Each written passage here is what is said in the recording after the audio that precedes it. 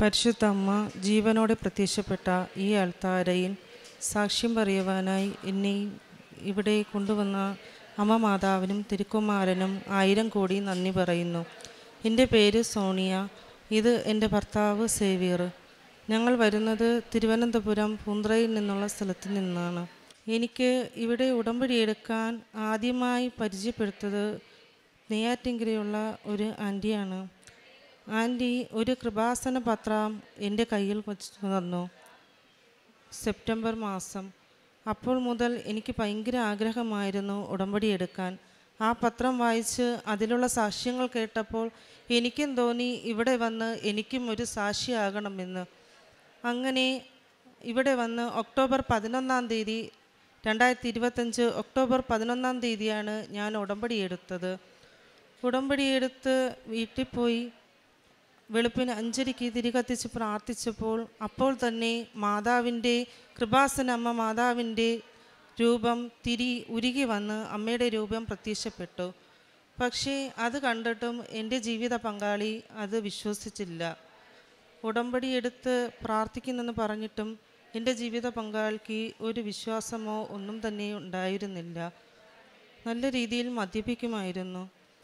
എന്നിട്ട് ഒക്ടോബർ 25 ജപമാല റാലിയുടെ അന്നും നല്ല രീതിയിൽ മദ്യപിച്ചു. അപ്പോൾ ഞാൻ കൃപാസന മാതാവിൻ്റെ കരഞ്ഞു പ്രാർത്ഥിച്ചു, എൻ്റെ സഞ്ചാരി അമ്മേ, ഞാൻ എന്തിനാണ് അവിടെ വന്ന് ഉടമ്പടി എടുത്തത്?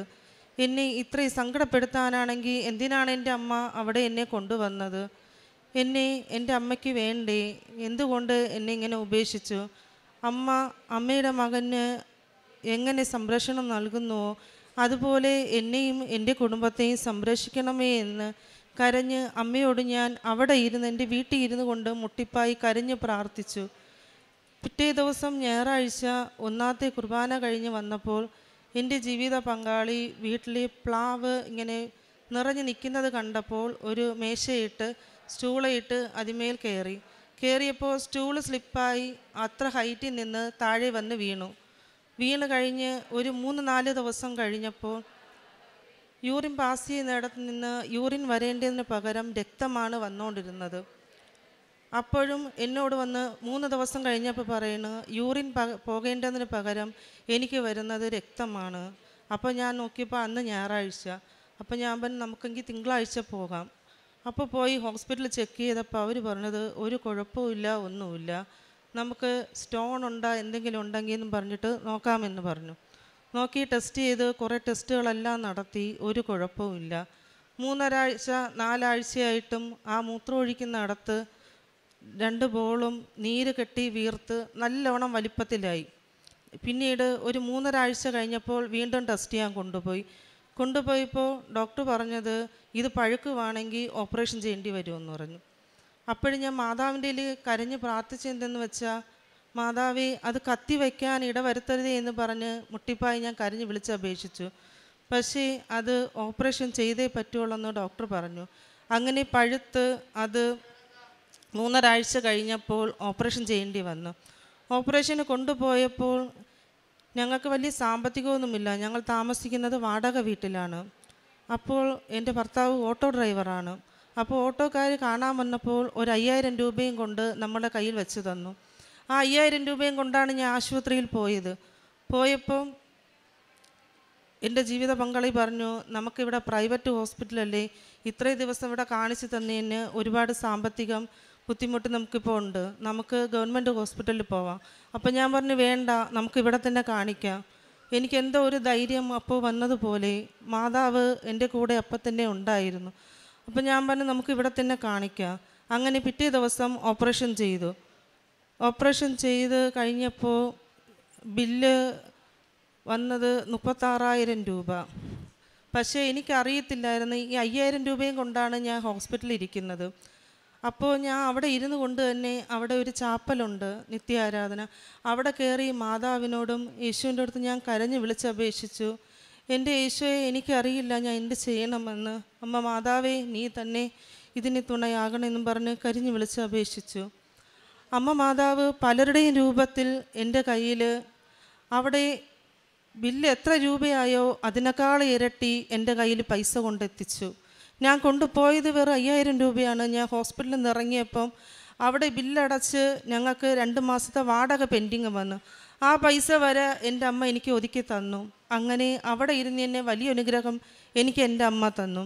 അങ്ങനെ എൻ്റെ ഭർത്താവിനെ ഡിസ്ചാർജ് ആവാൻ പോണതിൻ്റെ തലേ ദിവസം രാത്രി ഒരു അക്രൈസ്തവരായിട്ടുള്ള ഒരു കുടുംബത്തെ പരിചയപ്പെടാനിടയായി. അവരുടെ അമ്മ കൈ തളർന്ന് സ്ട്രോക്ക് വന്ന് ICUവിൽ 3 ദിവസം വച്ചേക്കുകയായിരുന്നു. അപ്പോൾ അവരെ ഞാൻ പരിചയപ്പെട്ടപ്പോൾ അവർ പറഞ്ഞു, ഒരാഴ്ചയായി അമ്മയെ കൊണ്ടുവന്നിട്ട് ഇതുവരെ അമ്മ കണ്ണ് തുറക്കുന്നില്ല എന്ന്. അപ്പം എനിക്ക് തോന്നി, ഞാൻ അവരോട് പറഞ്ഞു ഞാൻ വന്ന് പ്രാർത്ഥിക്കാമെന്ന്. എന്നിട്ട് ഞാൻ ഉടമ്പടി തൈലവും ഉപ്പും എടുത്തുകൊണ്ട് അവരുടെ അടുത്തേക്ക് പോയിട്ട് നോക്കിയപ്പോൾ അവർ റൂം അടച്ചിട്ടേക്കായിരുന്നു. രാത്രിയായി. അപ്പം ഞാൻ തിരിച്ച് വന്നപ്പോൾ അങ്കിള് പറഞ്ഞു, അത് ആ മോള് തിരക്കി വന്നിരുന്നു, പ്രാർത്ഥിക്കാൻ പറഞ്ഞിരുന്നല്ലോ. അപ്പോഴത്തേക്കും ഞങ്ങളെ തിരക്കി റൂമിലോട്ട് വന്നു. അപ്പോൾ ഞാൻ എൻ്റെ ഭർത്താവിനെ ഡ്രസ്സ് ചെയ്തുകൊണ്ടിരിക്കുകയായിരുന്നു. അപ്പോൾ ഞാൻ പറഞ്ഞു നാളെ രാവിലെ ഞാൻ വരാമെന്ന്. അവരെന്നെ തിരക്കി വന്ന സമയം കൊണ്ട് അമ്മ മാതാവ് അവിടെ പോയി ഒരു അത്ഭുതം പ്രവർത്തിച്ചു. ഒരാഴ്ച കണ്ണ് തുറക്കാതെ കിടന്ന അമ്മ ആ സമയത്ത് കണ്ണ് തുറന്നു. സ്ട്രോക്ക് വന്ന് തളർന്നു പോയ അമ്മയായിരുന്നു. അവർ കണ്ണ് തുറന്ന് അവരെ നോക്കുകയും ചെയ്തു. പിറ്റേ ദിവസം വന്ന് അവർ പറഞ്ഞു, ചേച്ചി ഒന്നുകൂടെ വന്ന് ഒന്ന് പ്രാർത്ഥിക്കാമോ? ഞാൻ പോയി ഉടമ്പടി ഉപ്പും തൈലവും കൊണ്ടുപോയി ഉപ്പ് വെള്ളത്തിൽ കലക്കി അവരുടെ ശിരസ് മുതൽ പാദം വരെ കഴുകി ഞാൻ വിശ്വാസ പ്രമാണം ചൊല്ലി പ്രാർത്ഥിച്ചു കഴിഞ്ഞപ്പോൾ അവരെന്നെ നോക്കിയിട്ട് ഞാൻ ചോദിച്ചു, അമ്മയ്ക്ക് കൃപാസന മാതാവിനെ അറിയാവോ? അപ്പം അമ്മ പറഞ്ഞു, എനിക്കറിയാം മോളെ, ഞാൻ പ്രാർത്ഥന കാണാറുണ്ട്. എന്നോട് അമ്മ അപ്പം സംസാരിച്ചത് അതാണ്. ഒരാഴ്ച കണ്ണ് തുറക്കാതെ വയ്യാതെ കിടന്ന ഒരു അമ്മയായിരുന്നു അത്. അങ്ങനെ അവർ സംസാരിച്ചു. അങ്ങനെ ഞങ്ങൾ ഡിസ്ചാർജ് ആവിയതിൻ്റെ പിറ്റേ ദിവസം അവരും ഡിസ്ചാർജായി ഹോസ്പിറ്റലിൽ വിട്ടുപോയി. പിന്നെ ഉള്ളത്, എനിക്ക് ഹാർട്ടിന് അസുഖം ഉണ്ടായിരുന്നു. ഷുഗർ പേഷ്യൻ്റാണ്.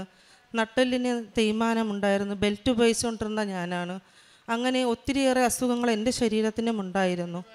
ഇവിടെ വന്ന് ഉടമ്പടി എടുത്ത് പോയതിന് ശേഷം ഞാൻ മാതാവിനോട് പറഞ്ഞു, എനിക്കിനി ഈ ബെൽറ്റും വേണ്ട, ഷുഗറിൻ്റെ മരുന്നും കഴിക്കൂല, ഹാർട്ടിൻ്റെ ഗുളികയും കഴിക്കൂല. ഇവിടെ നിന്ന് വന്ന് പോയതിന് ശേഷം ഇതുവരെ ആ ടാബ്ലറ്റ് ഒന്നും ഞാൻ തൊട്ടിട്ടില്ല. എന്ത് വന്നാലും ഞാൻ എടുത്ത് പ്രാർത്ഥിക്കുന്നത് ഉടമ്പടി തൈലവും ഉപ്പും മാത്രമാണ്. ചില സമയത്ത് നെഞ്ചുവേദന ഇങ്ങനെ വരുമ്പോൾ ഞാൻ മാതാവിനോട് പറയും, മാതാവേ, ഒരു മരുന്നും ഞാൻ തൊടത്തില്ല, എനിക്ക് ഉടമ്പടി തൈലം മാത്രം മതി, വേറെ ഒന്നും എനിക്ക് വേണ്ടാന്നും പറഞ്ഞ് ശക്തമായിട്ട് ഞാൻ പ്രാർത്ഥിക്കുമ്പോൾ ഒരു 10-15 മിനിറ്റ് കൊണ്ട് ആ വേദന എവിടെ പോകണമെന്ന് എനിക്കറിയില്ല. അങ്ങനെ ഉടമ്പടി തൈലം വഴി ഉപ്പും വഴി എനിക്ക് ഒരുപാട് സൗഖ്യം കിട്ടിയിട്ടുണ്ട്. പിന്നെ പ്രേക്ഷിത പ്രവർത്തനം എന്ന് പറയുന്നത് പത്രം, ഞങ്ങൾ ഇപ്പം ഒക്ടോബർ തൊട്ട് ഡിസംബർ വരെയുള്ള പത്രം വന്ന് വാങ്ങിച്ച് ഞങ്ങൾ പ്രേക്ഷിത വേല ചെയ്യുന്നുണ്ട്. കാരുണ്യ പ്രവൃത്തി എന്ന് പറയുമ്പം ഞാൻ എൻ്റെ ജീവിത പങ്കാളിയും ആഹാരമില്ലാതെ അലയുന്ന അനേകം മക്കളുണ്ട് നമ്മുടെ അവിടെ ഇരിക്കുന്ന വയസ്സായ അപ്പച്ചനും അമ്മച്ചിക്കൊക്കെ ആഹാരങ്ങൾ കൊണ്ട് കൊടുക്കാറുണ്ട്. പിന്നെ ഇവിടെ ഉടമ്പടി എടുത്ത് പോയതിന് ശേഷം ദിവസേന കുർബാനയ്ക്ക് പോകാറുണ്ട്. കുർബാന മുടക്കാറില്ല. എല്ലാ മാസവും കുമ്പസാരിക്കാറുമുണ്ട്. പിന്നെ ബൈബിള് അരമണിക്കൂർ എല്ലാ ദിവസവും ഞാൻ വായിക്കും. അച്ഛൻ്റെ ഡെയിലി ബ്രെഡ് ഒരു ദിവസം പോലും മുടങ്ങാറില്ല. ഉടമ്പടി ധ്യാനവും കൂടും. ഇവിടെ വന്ന് കൂടാൻ പറ്റിയ ഇവിടെ വന്ന് ധ്യാനവും കൂടാറുണ്ട്. അങ്ങനെ ഇപ്പം 18 വർഷമായിട്ട് മദ്യപിച്ചിരുന്ന എൻ്റെ ജീവിത പങ്കാളിയുടെ മദ്യപാനം മാറ്റി എൻ്റെ അമ്മ മാതാവ് ഞങ്ങളുടെ കുടുംബത്തെ വഴി നടത്തി അനുഗ്രഹിച്ചു. ഇത്രയും വലിയ അനുഗ്രഹം നൽകിയ അമ്മ മാതാവിനും തിരുക്കുമാരനും 1000 നന്ദി പറഞ്ഞുകൊണ്ട് എൻ്റെ സാക്ഷ്യം ഞാനിവിടെ നിർത്തുന്നു. അങ്ങ് നൽകിയ അനുഗ്രഹങ്ങളെ പ്രതി ഞാൻ എന്നേക്കും അവിടത്തേക്ക് നന്ദി പറയും. അങ്ങയുടെ ഭക്തരുടെ മുൻപിൽ ഞാൻ അങ്ങയുടെ നാമം പ്രകീർത്തിക്കും, എന്തെന്നാൽ അത് ശ്രേഷ്ഠമാണ്. സങ്കീർത്തനം 52:9. ദൈവത്തിൻ്റെ ഇടപെടൽ അനുഭവിച്ച ഓരോ വ്യക്തികളും ഹൃദയത്തിൽ നിന്നാണ് നന്ദിയുടെ ഓരോ വചനങ്ങൾ ഈശോയോടും അമ്മയോടും പറയുന്നത്. നമുക്കറിയാം, പരിശുദ്ധ അമ്മയുടെ ജീവിതത്തിൽ ദൈവത്തിൻ്റെ മഹത്തായ കാര്യങ്ങൾ കണ്ടപ്പോൾ കർത്താവിനെ മഹത്വപ്പെടുത്തിയാണ് പരിശുദ്ധ അമ്മ മാഗ്നിഫിക്കാറ്റ് ചൊല്ലിയത്, സ്തുതിഗീതം പാടിയത്. നമുക്ക് ലഭിച്ച അനുഗ്രഹങ്ങൾ മറക്കാതെ ദൈവത്തോട് നന്ദി പറയാനായിട്ടാണ് ഓരോ സാക്ഷി മക്കളും ഈ പരിശുദ്ധ അമ്മയുടെ സന്നിധിയിലെത്തുന്നത്. ഉടമ്പടി ജീവിതം നമ്മൾ ഓരോരുത്തരെ നയിക്കുന്നത് ദൈവത്തെ മഹത്വപ്പെടുത്താനും അവിടുത്തെ സാക്ഷ്യപ്പെടുത്താനുമാണ്. ഈ മകൾ ഇന്ന് നമ്മളോട് സാക്ഷ്യപ്പെടുത്തിയതും അതുതന്നെയാണ്. സോണി സേവ്യർ എന്ന മകൾ നമ്മളോട് പങ്കുവച്ചത് ഈ മകൾക്ക് നട്ടലിൻ്റെ വേദനയിൽ നിന്ന് വളരെ നല്ലൊരു രോഗസൗഖ്യമാണ് ഈശോയും അമ്മയും ചെയ്തു കൊടുത്തത്. ബെൽറ്റ് ഉപയോഗിക്കുമായിരുന്നു. ആളൊരു ഷുഗർ പേഷ്യൻ്റാണ്. എല്ലാ മരുന്നും ഉപയോഗിക്കുമായിരുന്നു. പക്ഷേ അത് ഉടമ്പടി എടുത്തപ്പോൾ ഉപേക്ഷിച്ചിട്ട് ഈശോയുടെയും അമ്മയിലും പൂർണ്ണ വിശ്വാസം വെച്ച് എന്ത് പ്രശ്നം വന്നാലും രോഗാവസ്ഥ വന്നാലും ഉപ്പും തൈലവും വിശ്വാസപ്രമാണം ചൊല്ലി പ്രാർത്ഥിച്ചാണ് ഉപയോഗിക്കുന്നത് എന്നാണ് പറഞ്ഞത്. പിന്നെ ജീവിത പങ്കാളിയുടെ ഒരു വലിയൊരു കാര്യമാണ്, ഒരു വലിയ സാക്ഷ്യമാണ് ഉടമ്പടി ജീവിതത്തിൽ നമ്മൾ ഓരോ വ്യക്തികളുടെ ജീവിതത്തിൽ കാണുവാൻ സാധിക്കുന്നത്. നമുക്ക് ദൈവത്തെ കണ്ടുപിടിക്കാൻ പറ്റാത്ത അവസരം വന്നാൽ പിന്നെ ഒരു സാധ്യതയേ ഉള്ളൂ, ദൈവം നമ്മളെ കണ്ടുപിടിക്കും. ജെറമ്യാ പ്രവാചകൻ്റെ പുസ്തകത്തിൽ 29 അധ്യായം 14 വചനം ഇങ്ങനെയാണ് ചെല്ലുന്നത്: നിങ്ങൾ എന്നെ കണ്ടെത്താൻ ഞാൻ ഇടയാക്കുമെന്നാണ്. നാം ദൈവത്തെ കണ്ടെത്താനാണെങ്കിൽ ദൈവം ഓരോ വഴികളും നമ്മളെ കണ്ടെത്താനായിട്ട് ദൈവം നമ്മളെ നഷ്ടപ്പെടാൻ ആഗ്രഹിക്കുന്നില്ല. നമ്മുടെ ഓരോ മക്കളും, പ്രത്യേകിച്ചും ഉടമ്പടി മക്കളുടെ കുടുംബങ്ങൾ, ഓരോ വ്യക്തികളും ദൈവത്തിന് നഷ്ടപ്പെടാത്ത ഏറ്റവും പ്രഷ്യസ് ആയിട്ടുള്ള മക്കളാണ് ഉടമ്പടി മക്കൾ. അതുകൊണ്ട് നമുക്ക് ദൈവത്തെ കണ്ടെത്താനാവാത്ത സാഹചര്യങ്ങളിൽ ദൈവം നമ്മളെ കണ്ടെത്തുന്നതായിട്ടാണ് നമുക്ക് പലപ്പോഴും അനുഭവിക്കാൻ സാധിക്കുന്നത്. ഈ മകനും അതുപോലെ തന്നെ പല പ്രാവശ്യവും ഈ മകൾ വന്ന് കണ്ണീരോടെ പ്രാർത്ഥിച്ചു. പിന്നീടാണ് ഒരു ആക്സിഡൻ്റ് ആവുകയും പിന്നെ പെട്ടെന്ന് ഈശോയെ അമ്മയിലേക്കും അടുക്കുകയായിരുന്നു ഈ മകന്. 18 വർഷം ഉണ്ടായിരുന്ന മദ്യപാനത്തിൽ നിന്നാണ് ഈശോയും അമ്മയും വിടുതൽ നൽകിയത്. നമുക്കൊരു പക്ഷേ മനസ്സിലാക്കാൻ സാധിക്കില്ല. പക്ഷെങ്കിൽ പരിശുദ്ധ അമ്മയും ഈശോയും നമ്മുടെ ജീവിതത്തിൽ ഇടപെടുമ്പോൾ ഓരോ കാര്യങ്ങളും നമ്മൾക്ക് പ്രതീക്ഷിക്കാൻ നമുക്ക് മനസ്സിലാക്കാൻ സാധിക്കാത്ത രീതിയിലാണ് ഈശോയും അമ്മയും നമ്മുടെ കൂടെ നിന്ന് എല്ലാ കാര്യങ്ങളും ചെയ്തു തരുന്നത്. ഈ മകൻ ഇന്ന് ഈശോയെ സാക്ഷ്യപ്പെടുത്തിയാണ് നിൽക്കുന്നത്. ആദ്യമൊന്നും ഒട്ടും ഈ മകളുടെ കൂടെ ഉടമ്പടി എടുത്തതിന് ശേഷവും അധികമൊന്നും വിശ്വാസമില്ലായിരുന്നെങ്കിലും ഇപ്പോൾ ഈശോ ഒന്ന് തൊട്ടപ്പോഴേ പരിശുദ്ധ അമ്മ കൂടെ ഉണ്ടായിരുന്നപ്പോൾ ഈ മകൻ അതിൻ്റെ ആ സാന്നിധ്യം മനസ്സിലാക്കാൻ സാധിച്ചു. പിന്നെയാണ് ഈശോയുടെ അമ്മയുടെ സാന്നിധ്യത്തിലേക്ക് കുടുംബം മുന്നോട്ട് വരികയും ഇവരുടെ കാര്യങ്ങളെല്ലാം പരിശുദ്ധ അമ്മ ഏറ്റെടുക്കുന്നതായിട്ടാണ് നമ്മൾ കാണുന്നത് ഇവരുടെ ജീവിതത്തിൽ. പിന്നെ ഇവർ മറ്റുള്ളവർക്ക് വേണ്ടി പ്രാർത്ഥിക്കുകയായിരുന്നു. ആദ്യമായി പ്രാർത്ഥിച്ചപ്പോൾ ഈശോ അമ്മയുടെ രൂപമാണ് ആ മെഴുകുതിരിയിൽ പ്രത്യക്ഷപ്പെട്ടത്. അതിന് ഇവർക്കൊരു വലിയൊരു സാന്നിധ്യമായിരുന്നു. പിന്നെയാണ് സുഗന്ധദ്രവ്യം. ഈശോയുടെ അമ്മയുടെ നമ്മൾ സാന്നിധ്യം ചിലപ്പോൾ മനസ്സിലാക്കാൻ സാധിക്കില്ല. ഉടമ്പടി എടുത്ത 3 മാസം ചില സമയത്ത് നമുക്ക് ഒരു അന്ധകാരമായിരിക്കാം. പക്ഷെങ്കിൽ അമ്മ കൂടെ ഉണ്ടെന്നുള്ള സാന്നിധ്യമാണ് ഈ സുഗന്ധാഭിഷേകം. അങ്ങനെയും ഈ മകളോട് അമ്മ പറയുകയായിരുന്നു, ഞാൻ കൂടെയുണ്ട്, പേടിക്കേണ്ട മോളേന്ന്. അങ്ങനെയാണ് സുഗന്ധാഭിഷേകം ഈ മകൾക്ക് അനുഭവപ്പെട്ടത്. ആ മകൾ കരഞ്ഞാണ് പ്രാർത്ഥിച്ചത്, എന്തിനാ അമ്മ എന്നെ കൊണ്ടുവന്നത്? എൻ്റെ സങ്കടം കാണുന്നില്ലേ? ഒരു സ്വന്തം മകൾ അമ്മയോട് പ്രാർത്ഥിക്കുന്നത് പോലെയാണ് ഈ മകൾ അമ്മയുടെ സന്നിധിയിൽ വന്ന് കരഞ്ഞ് പ്രാർത്ഥിച്ചത്. ഈ പ്രാർത്ഥന അമ്മ എങ്ങനെ കേൾക്കാതിരിക്കും? അങ്ങനെയാണ് ഇവിടെ ഓരോ പ്രാർത്ഥനകളും അമ്മ കേൾക്കുകയായിരുന്നു. അവരുടെ ആക്സിഡൻ്റ് സമയത്തും വലിയൊരു ബില്ല് വന്നെങ്കിലും ആരോ എവിടെ നിന്നോ എങ്ങനെയോ ആ ബില്ലെല്ലാം അടയ്ക്കാൻ സാധിച്ചു. അതാണ് ഉടമ്പടി അമ്മ, സഞ്ചാരി മാതാവ്. നമുക്ക് തന്നെ അറിയാൻ മേലാത്ത വഴികൾ, നമ്മൾ അറിയാത്ത വ്യക്തികളിൽ കൂടിയാണ് നമ്മുടെ ഓരോ കാര്യങ്ങളും നടത്തി കൊടുക്കുന്നത്. ഇത് നമുക്കൊരു വലിയൊരു അത്ഭുതം, ദൈവത്തിൻ്റെ ഒരു കൃപയാണ്. പക്ഷേ അതിനപ്പുറം ഒരു അത്ഭുതമായിട്ടാണ് നമ്മൾ കണക്കാക്കുന്നത്. കാരണം നമുക്ക് തന്നെ മനസ്സിലാവില്ല എവിടെ നിന്ന് വരുന്നു, എങ്ങനെ വരുന്നു എന്ന്. ഇതാണ് നമ്മുടെ സഞ്ചാരി മാതാവ് കൂടെ ഉള്ളപ്പോൾ നമുക്കൊന്നിനും പേടിക്കേണ്ട കാര്യമില്ല. നമ്മുടെ കരങ്ങൾ പിടിച്ച് തന്നെ നമ്മളെ മുന്നോട്ട് നയിക്കുന്ന ഒരമ്മയാണ് നമ്മുടെ കൂടെ ഉള്ളത്.